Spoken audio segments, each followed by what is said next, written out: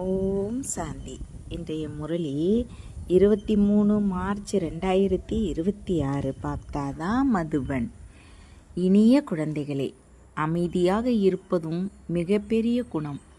நீங்கள் அமைதியாக தந்தையை நினைவு செய்து கொண்டே இருந்தால் அதிக வருமானத்தை சேமிப்பீர்கள். கேள்வி: எந்த சொற்கள் கர்ம சந்நியாசத்தை நிரூபிக்கிறது? அவற்றை நீங்கள் சொல்ல முடியாது. பதில்: நாடகத்தில் இருந்தால் செய்வேன் என்று சொல்வது கர்ம சந்நியாசம் என்று தந்தை சொல்கிறார். நீங்கள் அவசியம் கர்மம் செய்ய வேண்டும். முயற்சி செய்யாமல் தண்ணீர் கூட கிடைக்காது. அதனால் நாடகம் என்று சொல்லிவிட்டு விடக்கூடாது. புதிய ராஜஸ்தானியில் உயர்ந்த பதவி பெற வேண்டுமென்றால் நன்றாக முயற்சி செய்ய வேண்டும். ஓம் சாந்தி. தந்தையை நினைவு செய்யுங்கள், ஆஸ்தியை நினைவு செய்யுங்கள் என முதலில் குழந்தைகளுக்கு எச்சரிக்கை கிடைக்கிறது. மன்மனா பவ. இந்த வார்த்தையையும் வியாசர் எழுதியிருக்கிறார். தந்தை சமஸ்கிருதத்தில் புரிய வைக்கவில்லை. தந்தை இந்தியில்தான் புரிய வைக்கிறார். தந்தையையும் ஆஸ்தியையும் நினைவு செய்யுங்கள் என்று குழந்தைகளுக்கு சொல்கிறார். குழந்தைகளே, தந்தை என்னை நினைவு செய்யுங்கள் என்பது எளிய வாக்கியம். குழந்தைகளே, உங்கள் தந்தை என்னை நினைவு செய்யுங்கள் என்று லௌகீக தந்தை சொல்வதில்லை. இது புதிய விஷயம். குழந்தைகளே, உங்கள் நிராகார தந்தை என்னை நினைவு செய்யுங்கள் என்று தந்தை சொல்கிறார்.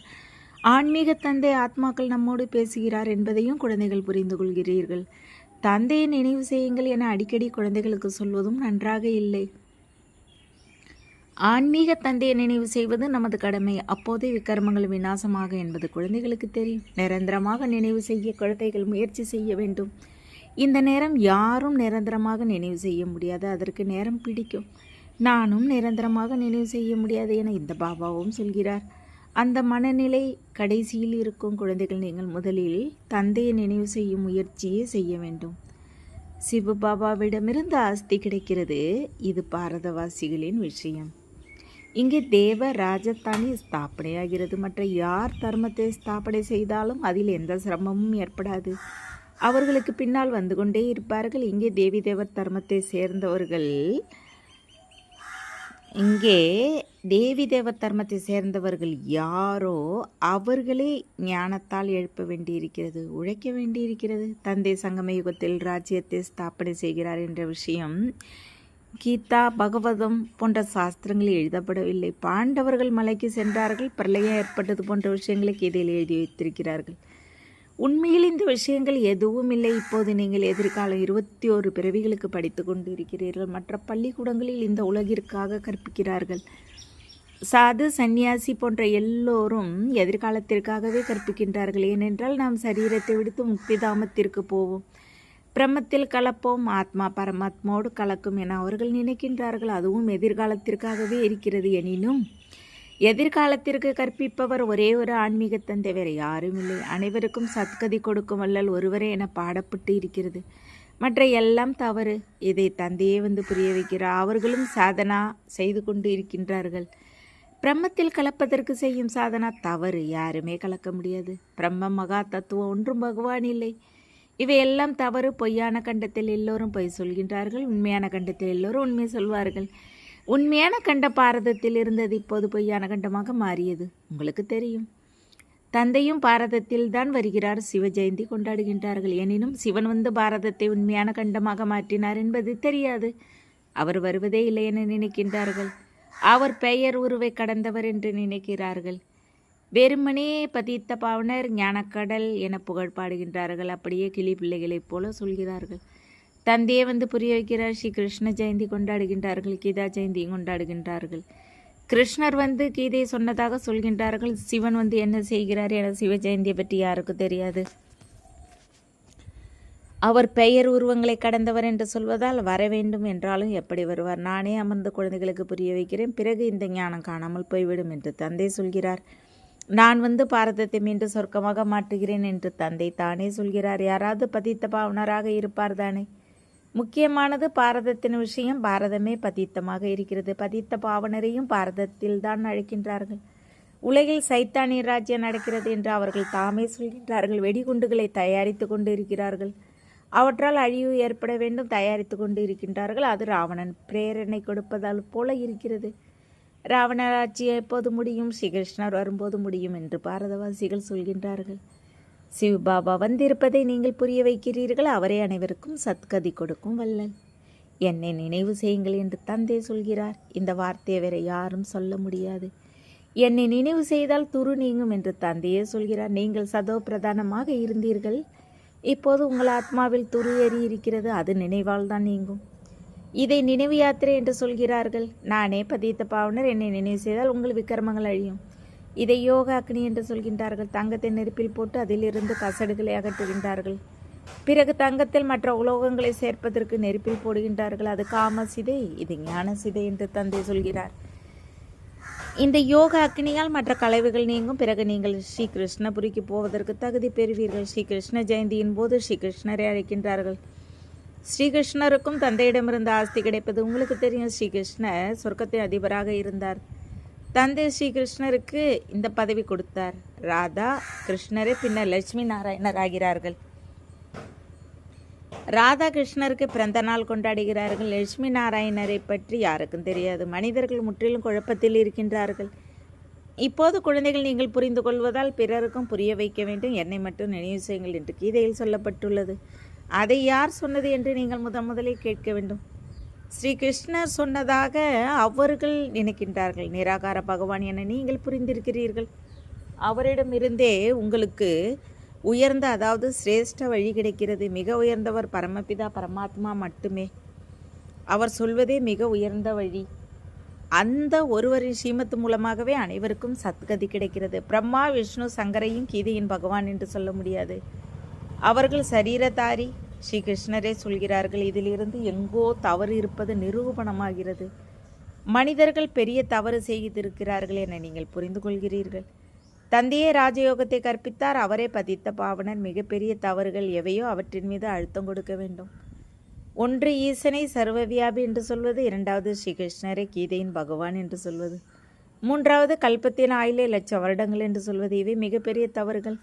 கல்பத்தின் ஆயுள் லட்ச வருடங்களாக இருக்க முடியாது. பரமாத்மா சர்வவியாபி ஆக முடியாது. அவர் பிரேரணையால் எல்லாவற்றையும் செய்கிறார் என்று சொல்கிறார்கள். ஆனால் அப்படி இல்லை. பிரேரணையால் ஒன்றும் தூய்மையாக்க மாட்டார். என்னை நினைவு செய்யுங்கள் என்று தந்தை நேரில் அமர்ந்து புரிய வைக்கிறார். பிரேரணை என்ற வார்த்தை தவறானது. சங்கரின் பிரேரணையால் வெடிகுண்டுகளை தயாரிக்கின்றார்கள் என்று சொல்கிறார்கள். ஆனால் இவை அனைத்தும் நாடகத்தில் நிச்சயிக்கப்பட்டு இருக்கின்றன.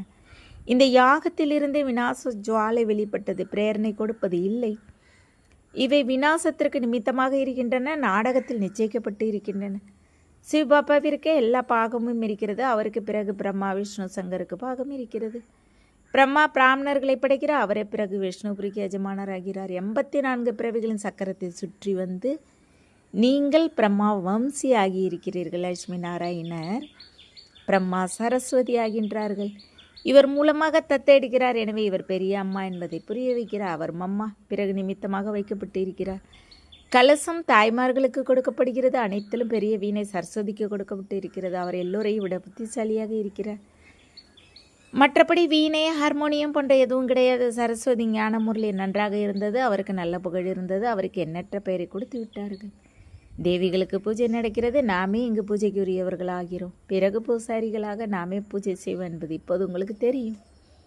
இப்போது நாம் பிராமணர்கள். பிறகு நாமே பூஜைக்குரிய தேவி தேவர்களாகும். ராஜாராணியைப் போல பிரஜைகள் தேவிகளில் யார் உயர்ந்த பதவி பெறுவார்களோ அவர்களுக்கு கோவில்களும் அதிக கட்டப்படும். யார் நன்றாக படிக்க வைப்பார்களோ அவர்களின் பெயர் பிரசித்தமாகிறது. அதனால் நாமே பூஜைக்கு உரியவராகவும் பூஜாரியாகவும் ஆகிறோம் என்பது உங்களுக்கு தெரியும். சிவபாபா எப்போதும் பூஜைக்குரியவராக இருக்கிறார். யார் சூரிய வம்ச தேவி தேவர்களாக இருந்தார்களோ அவர்களே பூஜாரிகளாகி பக்தர்களாகிறார்கள். நீங்களே பூஜைக்குரியவர்கள், நீங்களே பூஜாரிகள் என்பதை குறிக்கும். ஏனி படத்தை நீங்கள் நன்றாக புரிய வைக்கின்றீர்கள். சித்திரம் இல்லாமலும் நீங்கள் ஒருவருக்கு புரிய வைக்க முடியும். யார் கற்றுக்கொண்டு போவாரோ அவரது புத்தியில் முழு ஞானமும் இருக்கும். 84 பிறவிகளில் ஏனியில் பாரதவாசிகள் ஏறி இறங்குகின்றார்கள்.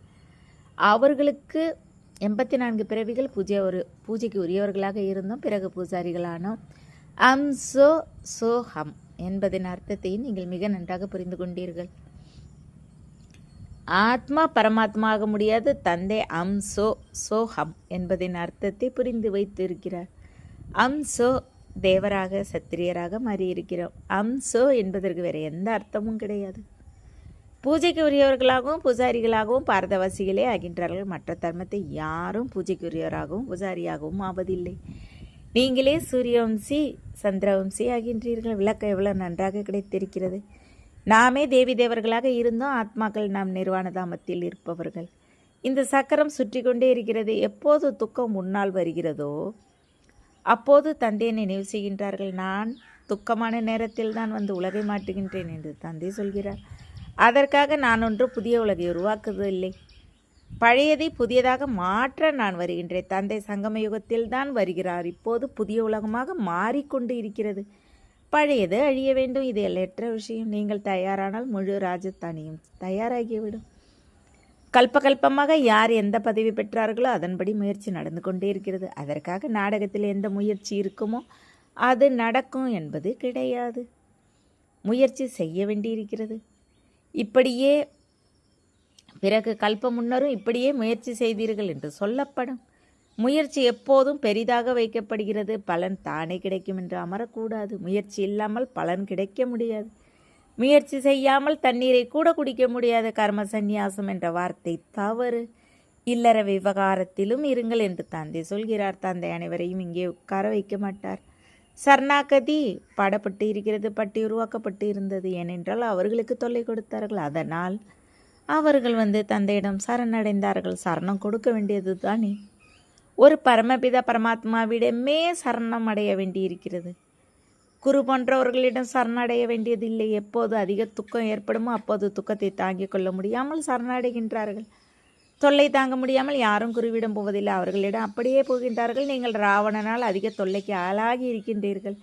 இப்போது ராவணனிடமிருந்து விடுவிக்க ராமர் வந்திருக்கிறார். அவர் உங்களை தனது சரணத்தில் ஏற்றுக்கொள்கிறார். பாபா, நாங்கள் உம்முடையவர்கள் என்று நீங்கள் சொல்கின்றீர்கள். இல்லற விவகாரத்தில் இருக்கும்போதும் சிவபாபாவிடம் சரணடைந்திருக்கிறீர்கள். பாபா, நாங்கள் உங்கள் வழியிலேயே நடப்போம் என்று சொல்கின்றீர்கள். இல்லற விவகாரத்தில் இருந்து கொண்டு என்னை நினைவு செய்யுங்கள். மற்ற அனைவருடைய நினைவையும் விட்டுவிடுங்கள் என்று தந்தை ஸ்ரீமத் கொடுக்கிறார். எனது நினைவாலேயே விக்கர்மங்கள் அழியும். வெறும் சரணடையும் விஷயம் அல்ல. நினைவே அனைத்திற்கும் ஆதாரமாக இருக்கிறது. தந்தை தவிர வேறு யாரும் இப்படி புரிய வைக்க முடியாது. இத்தனை லட்சம் பேர் வந்து தந்தையிடம் எங்கே இருப்பார்கள் என்பதை குழந்தைகள் புரிந்து கொள்கின்றீர்கள். பிரஜைகளும் அவரவர் வீட்டில் இருப்பார்கள். ராஜாவிடம் ஒன்றும் இருப்பதில்லை. அதனால் ஒருவரை மட்டும் நினைவு செய்யுங்கள் என்று உங்களுக்கு சொல்லப்படுகிறது. பாபா, நாங்கள் உம்முடையவர்கள். நீங்களே நொடியில் சத்கதியின் ஆஸ்தி கொடுப்பவர். ராஜயோகத்தை கற்றுக் கொடுத்து அரசர்களின் அரசராக மாற்றுகின்றீர்கள். யார் கல்பம் முன்னர் தந்தையிடமிருந்து ஆஸ்தி பெற்றார்களோ அவர்களே வந்து பெறுவார்கள் என்று தந்தை சொல்கிறார். கடைசி வரை அனைவரும் வந்து தந்தையிடமிருந்து ஆஸ்தி பெற வேண்டும். இப்போது நீங்கள் பதித்தமாக இருக்கும் காரணத்தால் தம்மை தேவர்கள் என்று சொல்லிக்கொள்ள முடியாது. தந்தை எல்லா விஷயங்களையும் புரிய வைக்கிறார். எனது கண்மணிகளே, எப்போது நீங்கள் சத்தியுகத்திற்கு வருவீர்களோ அப்போது நீங்கள் ஒன்னிலிருந்து ஆட்சி செய்வீர்கள் என்று சொல்கிறார். மற்றவர்களுக்கு எப்போது எண்ணிக்கை அதிகமாகிறதோ லட்சக்கணக்கில் இருப்பார்களோ அப்போது ராஜ்யம் நடக்கும். உங்களுக்கு சண்டை செய்ய அவசியமில்லை. நீங்கள் யோக பலத்தால் தந்தையிடமிருந்து ஆஸ்தி பெறுகிறீர்கள். அமைதியாக இருந்த அப்பாவையும் ஆஸ்தியை நினைவு செய்யுங்கள். கடைசியில் நீங்கள் அமைதியாக இருப்பீர்கள். பிறகு இந்த சித்திரங்கள் எதுவும் காரியத்திற்கு வராது. நீங்கள் திறமைசாலிகளாவீர்கள். என்னை மட்டும் நினைவு செய்தால் விக்கர்மங்கள் அழியும் என்று தந்தை சொல்கிறார். இப்போது செய்வதும் செய்யாததும் உங்கள் விருப்பம். எந்த தேகதாரியின் பெயர் உருவிலும் சிக்காதீர்கள். தந்தையை நினைவு செய்தால் அந்த மதி சோகதி ஆகும். நீங்கள் என்னிடம் வருவீர்கள். முழுமையாக பாஸ் ஆவோருக்கு ராஜ்யம் கிடைக்கும். நினைவு யாத்திரையை அனைத்திற்கும் ஆதாரம். போக போக புதியவர்களும் அதிகமாக முன்னால் போவார்கள். நல்லது. இனிமேல் இனிமையான காணாமல் போய் கண்டெடுக்கப்பட்ட செல்ல குழந்தைகளுக்கு தாய் தந்தை தாதாவின் அன்பு நினைவுகள் மற்றும் காலை வணக்கம். ஆன்மீக குழந்தைகளுக்கு ஆன்மீக தந்தை நமஸ்காரம். ஆன்மீக தந்தைக்கு ஆன்மீக குழந்தைகளின் அன்பு நினைவுகள் மற்றும் நமஸ்கார். தாரணைக்கான முக்கிய சாரம். 1. எந்த தேகதாரியின் பெயர் உருவிலும் சிக்கக்கூடாது. ஒரு தந்தை சீமத்துப்படி நடந்து சத்கதி பெற வேண்டும். அமைதியாக இருக்க வேண்டும். 2.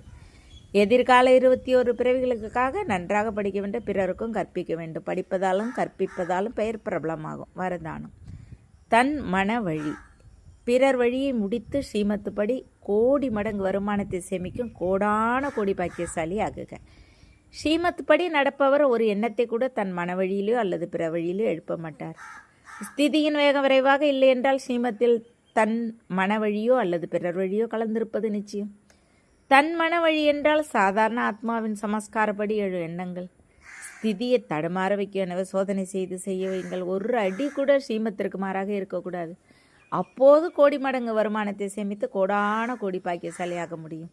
ஸ்லோகன்: மனதில் அனைவருக்கும் நன்மையின் பாவனை வைப்பதே விஸ்வ கல்யாண்காரி ஆத்மாவின் வேலை. அவ்யக்த செய்கை: நம்பிக்கை அஸ்திவாரத்தை வலுவாக்கி சதா பயமின்றி கவலையின்றி இருங்கள்.